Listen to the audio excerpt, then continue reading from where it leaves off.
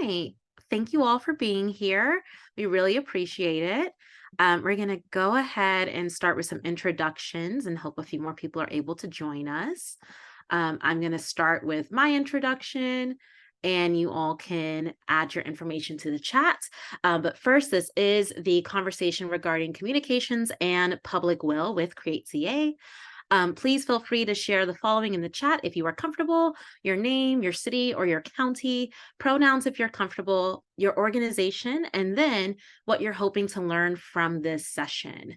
And my name is Danielle Bunch. I'm Create California's Communications and External Affairs Manager, and I help run our Public Will campaign, which we'll be discussing today. So I'll give everyone a couple minutes to add to the chat.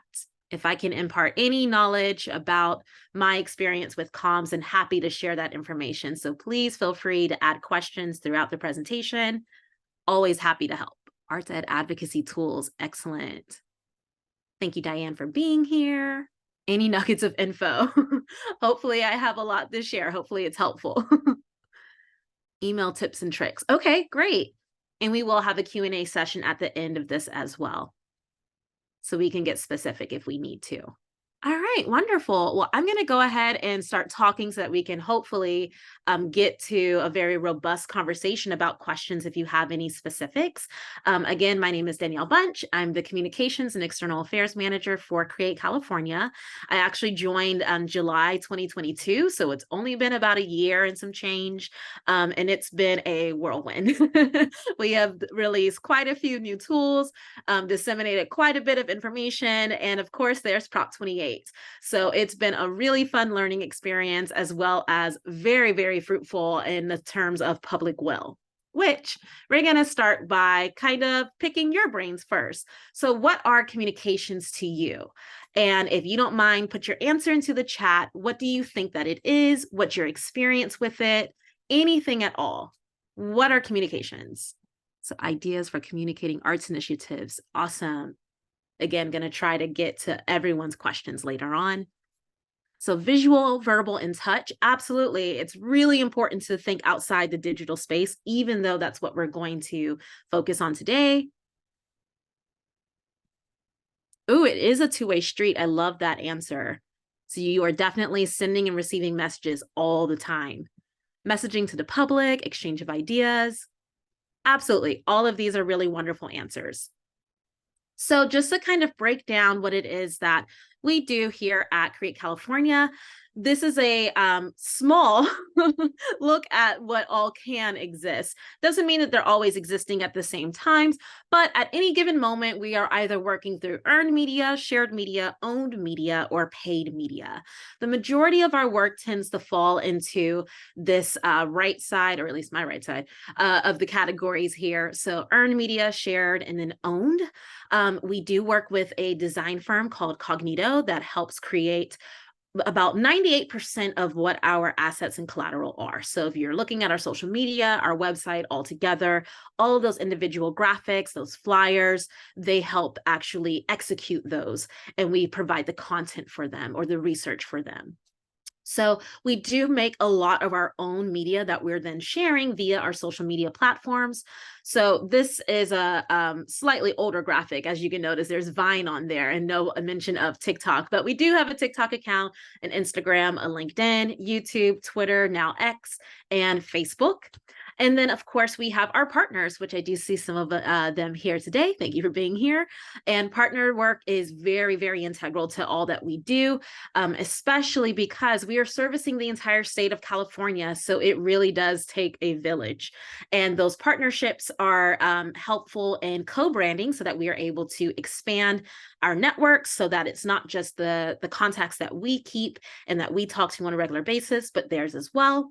Influencers and things like that are something that we've been playing around with, but for the most part, whether it's someone that we are asking to work on a specific idea, or if it's someone from our own organization, narrative change tends to kind of dominate our earned, shared, and owned media. We try our best to tell stories using a variety of ways, whether it's research or actual stories from the field, to get our points across.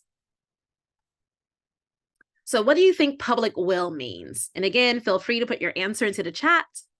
And for those of you who have just joined us, thank you so much for being here. And please feel free to put questions in the chat of what you'd like answered when we get to our Q&A section at the end of the presentation. So social media graphics, posts, emails, broad messages, yes, targeted messages, all of the above. Personal messages are really, really important, especially in this work. Targeted messages, one-on-one conversations. Yes, not just elected leaders. That's really, really important. Prevailing values in a given community.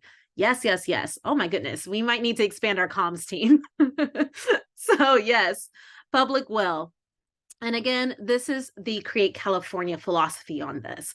Public will is essentially going to be the outreach of a message to everyone. So as we've identified in the chat, this is larger than just the people who understand and care about it. I think our participants here today are probably pretty knowledgeable about arts education, the benefits, the value, and more than just the direct value to arts for art's sake, but the way that it can help expand students' wealth of knowledge throughout their lives. So public will is working to make sure that those who may not have had the access or don't have the knowledge or access to the research can understand what it is that we're talking about and why.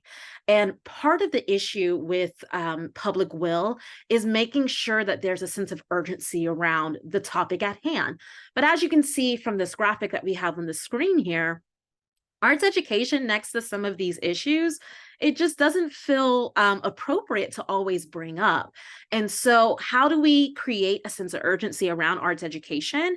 And again, I think a lot of us who are already connected to this work, we can see the connections to how we can talk about these issues, express feelings around these issues, empathy around these issues, etc., through the arts, regardless of the medium. But the Public Will campaign has to make sure that it's reaching everyone, including those who might be skeptical of how arts education is going to connect to something like climate change. And so in creating that sense of urgency, we try to use, again, research, stats, statistics, any kind of narrative, some stories from the field, whether it's coming from our adult advocates, our students directly, of how this kind of work impacts them, and those logics of pathos and tugging on heartstrings. And there's a variety of tactics that we will talk about, which will bring us to our very first breakout room, which is how can we create urgency around arts education? And Kathia is going to share with you a Jamboard link, and I will also go to it myself so that you can see how it works. And you, if you've never used Jamboard before, you're going to take a sticky note. You can write your answer and then save it and have these conversations with those in your chat. You don't all need to necessarily write something onto this board, but within your breakout rooms, use this time as a way to connect and discuss. And we will spend, let's see, about 5-10 minutes. Kathia, how much time do we have? I think we can do 5 to 7. I'll keep Okay. track of the time. Perfect. I think we're doing really good time right now. Perfect. Then we'll spend about 7 minutes in your breakout room discussing this topic of how can we create urgency around arts ed and how can we connect creativity to the major issues of society, the ones that you saw on the screen, as well as anything else that we haven't touched on. So we'll open up those breakout rooms and you have about 7 minutes to add your thoughts to the Jamboard with your group. Welcome back, everyone. Hopefully you had just as much of a robust conversation as my group did. And very quickly going to look at some of the sticky notes on our Jamboard. Thank you all so very much for participating in this. And we'll be sharing this out afterwards, so you will have access to this information. And because it came up in my breakout session, I'll be sharing my personal information so that if you have any specific questions or need specific research that's not listed on our website, happy to send that to whoever needs it. And we have a lot. So quickly looking at this board here, something that came up that I really think is important, and it was the driving force behind our new slogan in my group, was the unification of the word together, recognizing that this is going to take everyone, something that is very important to communicate in your comms, making sure that there's the reality of the situation. There's a reason why organizations like Create California have to exist.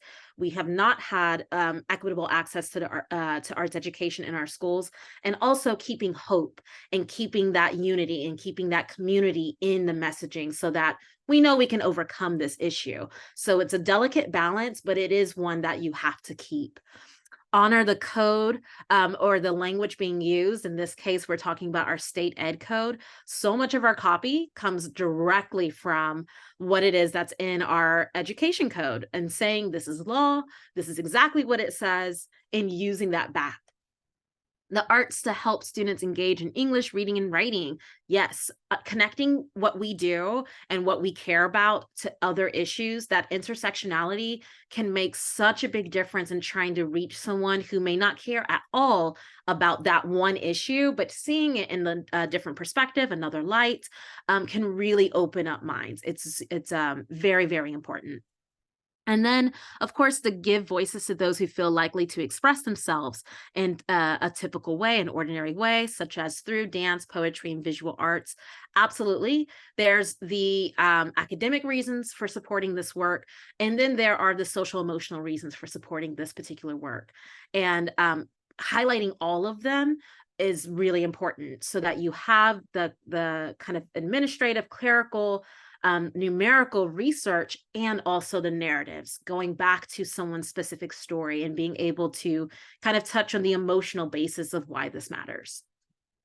So thanks everyone for these really wonderful answers. And again, we'll be sharing out this information so that you have it as well.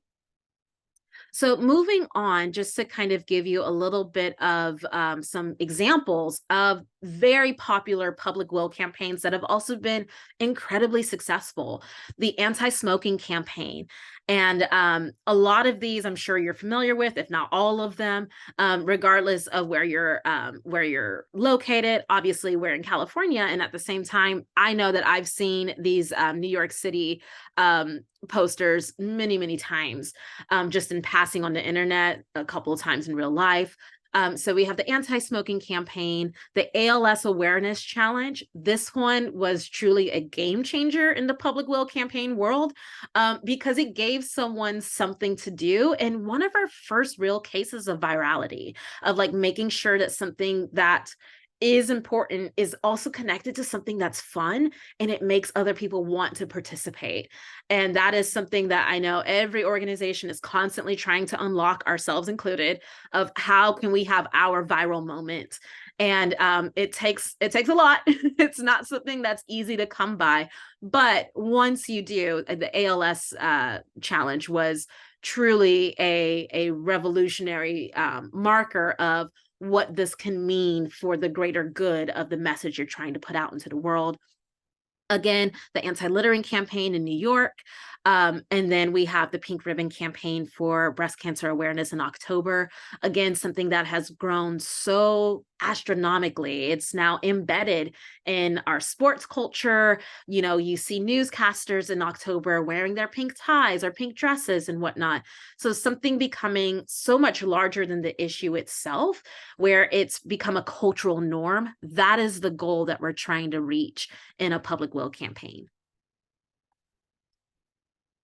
So what we are trying to do with arts education, and we are always looking for new ideas. I know we just discussed some, and there's a Jamboard full of brand new ideas, but again, cannot express enough.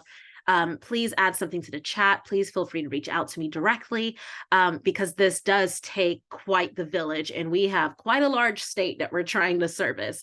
But for Create California's Public Will campaign, we are working to elevate the brand of arts education so that it is more than just finger paints and macaroni art and turkey hands. All of those things are very cute, they're very sweet, and they are important to students' development. But recognizing the way that this exposure to the arts can also really help in a student's academics, their attendance, their career readiness, so many different aspects of their social emotional development. We try to make sure that we're connecting to, again, intersectional issues that are then going to make this a much bigger and larger conversation. And the larger the conversation, the more partners that can be involved, the more people that we can expose this issue to. It truly does grow the network. So we try to connect those ideas of creativity in our everyday lives. This is something that I will click on very quickly here. And one of my favorite things that we've done here at Create California is the idea that creativity exists in more than just visual arts in particular, or singing and dancing in particular, and that it exists in our everyday. So from our food to video games to the architecture to jewelry, gaming technology, making this a lot larger, again, than what we have originally been told, is very, very helpful in trying to connect to the public at large. Accessibility is at the root of all of this work. If we are only talking to each other, we're not going to see the results that we want to see. And so finding how to connect and reach those that, again, may not see arts education as something of importance is ultimately our goal in everything. Which means we have to showcase how the arts have enriched other experiences, like, again, academics, as well as civic engagement. We know that students exposed to arts education are more likely to run for office, more likely to be culturally involved in their school, and even be on something like student council or help boost morale within a school. Those pieces of information, again, that's factual, that's something that we can go back to and point to, and happy to share that information with everyone. And these are what we like to call our drum beats. So the same issues that we, or the same solutions to this issue that we like to bring up over and over again. And there's a statistic that people need to hear something a minimum of 7 times for it to start to kind of sink in. So if you're looking at our website, our social media accounts, the events that we do, we're going to say the same thing over and over and over again. It's not because we don't have anything new to say. It's because we're hoping that it starts to really seep into that everyday understanding, so that it's just there and you're no longer having to teach someone. And then again, we're hoping to present creativity as a solution to our societal issues. Which means your work is very, very important to how we make these issues connected to creativity, connected to the arts, and make arts education on that list that we previously saw, which we call our ladder of engagement. So we try to provide realistic and tangible calls to actions that we abbreviate as CTAs for our audience members, recognizing that different audiences are going to have different abilities to help the cause. So students are their own category, parents are their own category, teachers and admin are their own category, and therefore they all have their own ways in which they can help either spread the message or actually take part in some kind of an action. And ensuring that these audiences are knowledgeable is step one. So within all of our program work with Student Voices, as well as Arts Now, our new programs that are coming out, such as the Youth Advisory Council, it doesn't matter who we're engaging with, our partners, etc. We try to make sure that those drum beats I mentioned are everywhere, that they're included in all of our content that we are producing, that they're linked somewhere on the website, they come back on your socials. It's constantly everywhere. And then we try to keep our audiences engaged through community reciprocity, so that we understand, again, that togetherness is important to reaching our ultimate goal, which means that we want to share your milestones. We want to uplift you. We want to showcase the work in which you are doing. So for those of you that are going to the school board meetings, sitting down with your principal, putting up posters in your neighborhood, please share those examples of that work. Narrative change does not need to be something super grand. It can be something as simple as you sending a picture of you standing with your principal. That kind of exposure to what is happening, you'd be surprised how much it makes a difference in your personal circles, and therefore it will continue to expand. This is a still very large pillar of marketing in general, that word of mouth marketing, the trust of someone who is in someone's inner circle, watching and seeing someone do something that you may not participate in, but you know that this person that you're connected to is always at the school, they're in their PTA, they're doing these calls to action. It will inspire change. And just to kind of go back to our breakout room, It was mentioned that urgency is something that does sound like immediate, and we do need to bring a certain amount of immediacy to these issues. And also recognizing that we will have to work at the speed of change, which means taking a whole lot of people and getting them on board, getting them educated, and then moving forward. So this can be and is a long process, and that's okay. So that tortoise approach, I'm going to steal that term, that tortoise approach is starting with all of us here on this call.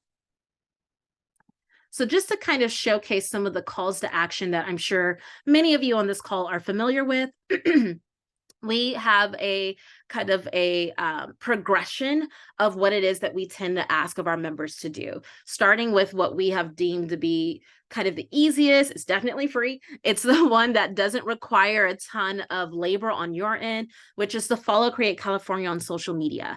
The majority of our work at the moment is digital-based advocacy, so that exposure of our account to others is really, really helpful. And then next, signing up for our newsletter, sharing our posts, and that's when we start to shift into something that's a little bit more in-person focused. So going to your, using the school board tool, and then hopefully making a connection to that actual school board member. Hopefully they email you back and you can start a rapport from there. Attending those virtual trainings. Again, we always are hoping that networking is taking place in these trainings, so that as you're talking to each other in the chat right now, that you're also reaching out to say, like, here's my number, I'm in this area, let me send you this resource. And then it gets even more in person, because we ask our members to take resources directly to your school or your community leaders, whoever is already doing this work, partner with them, join our program so that you're getting technical assistance, both in Student Voices and in Arts Now. And then ultimately, the biggest help, making a public comment at a school board meeting. And you can develop your own calls to action. This is a massive state, meaning that we have a lot of students to serve, that we want to have arts education in their schools, which also means that the communities are going to differ. And so developing your own calls to action are what we're going to ask you to expand on now. So what are other ways to expand the ladder of engagement? And do think about both virtual and in-person calls to action. And on that same Jamboard, let me go back to it.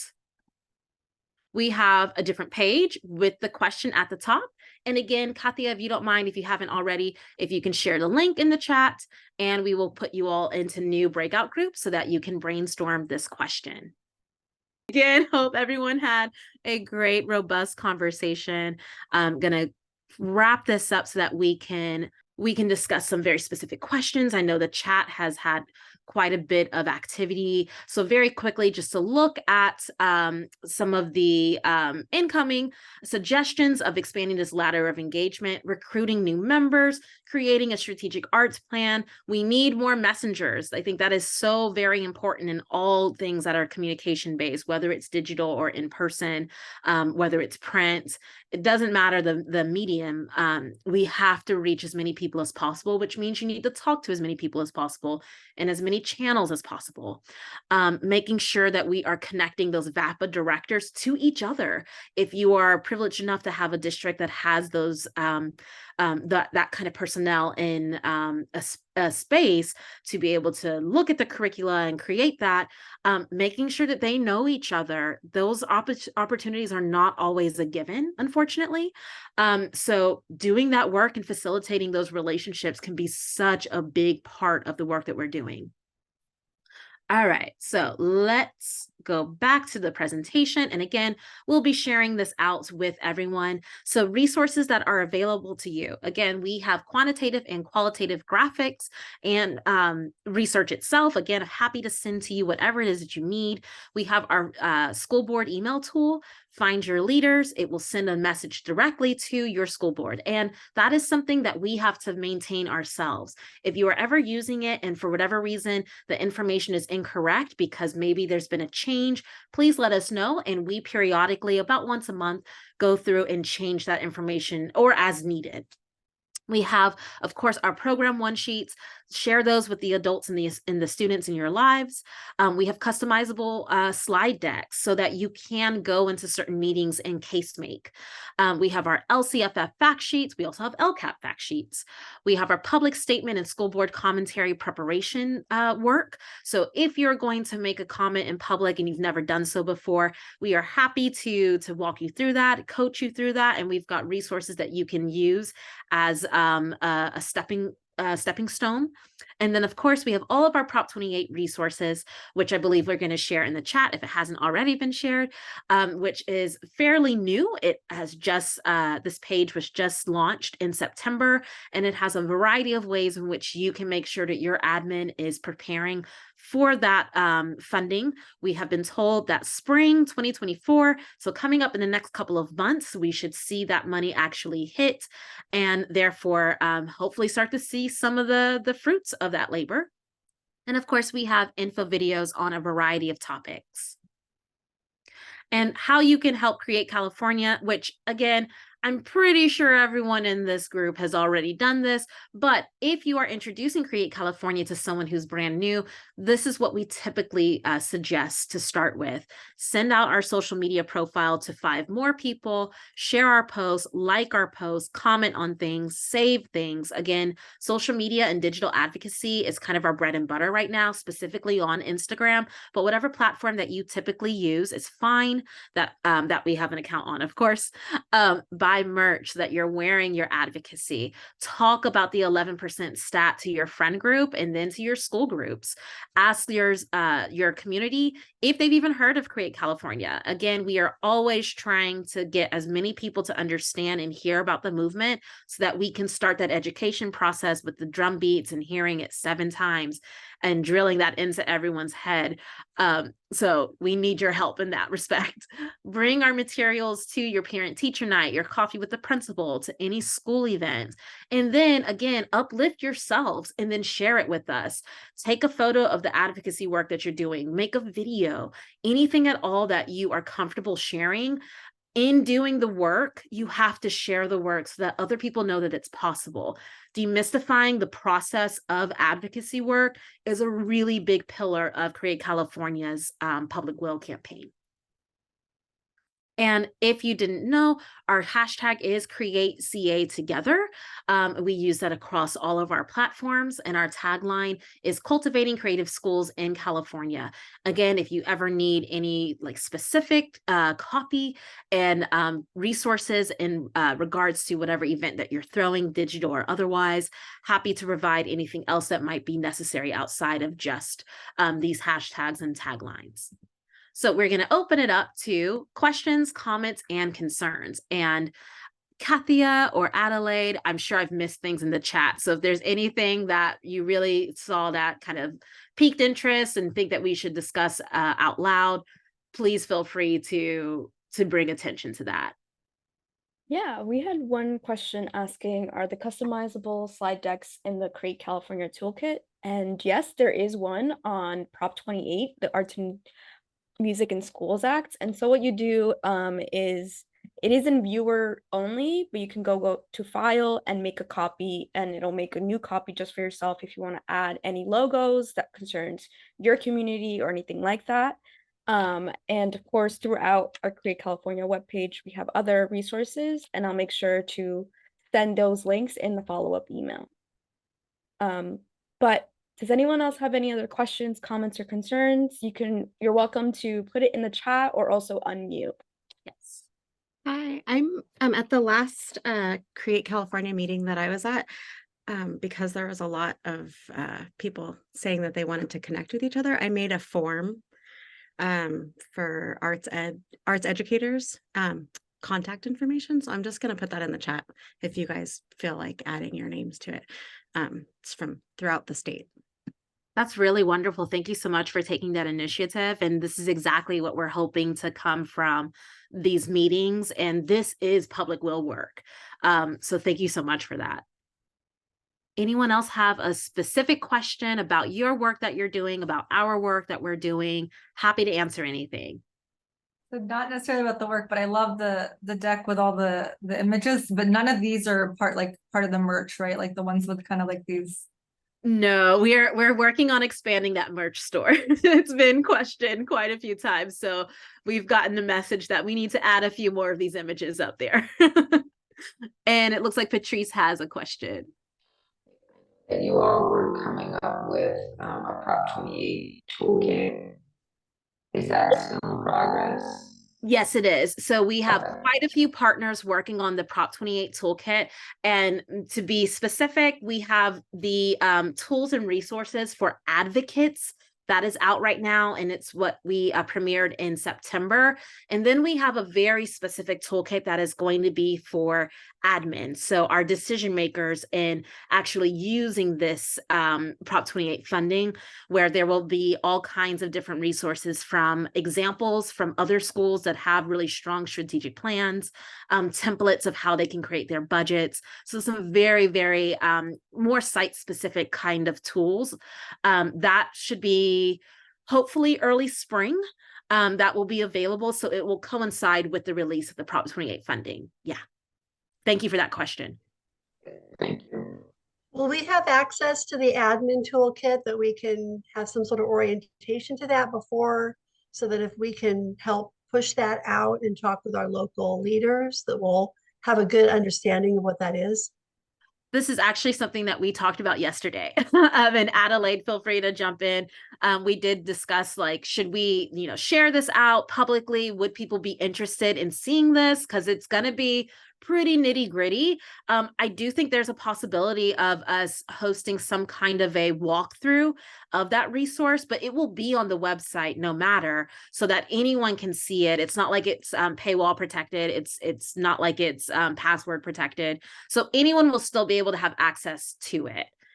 Yeah, I think it's critical. I think about some of the conversations I've had recently with the County Office of Education, and just the concern about principals that are overwhelmed and may say, I just don't have time to deal with this, and so I'm not going to take the Prop 28 money. So Yeah. So some verbiage, some ways that we can help engage and help ease their pain of feeling overwhelmed, that this is an opportunity they don't want to decline. For sure. Well, I mean, for you to be here and asking for this, it's definitely something that we now need to go back to the drawing board and discuss further. So stay tuned for that one. We'll see what we can do in providing some technical assistance for our advocates to hopefully help their administrators in their districts. Any other questions about public will, comms, and the work that you're doing, or in the work that we're doing? All right. Well, I realize this is really tiny in the corner, so I'm actually going to stop sharing and put it into the chat, and we'll also share this out with everyone.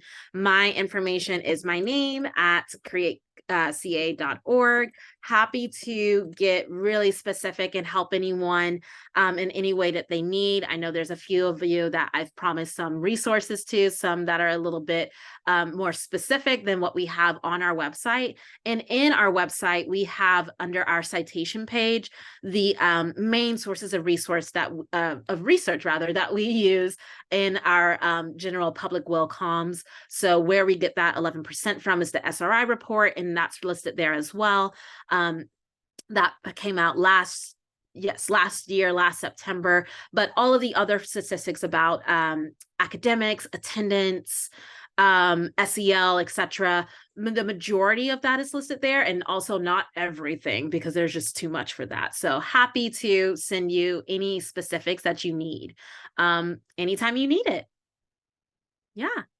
And that's our time. So thank you everyone for being here. Really appreciate it. Thank you for the work that you're doing and for championing arts education. And have a good afternoon, y'all.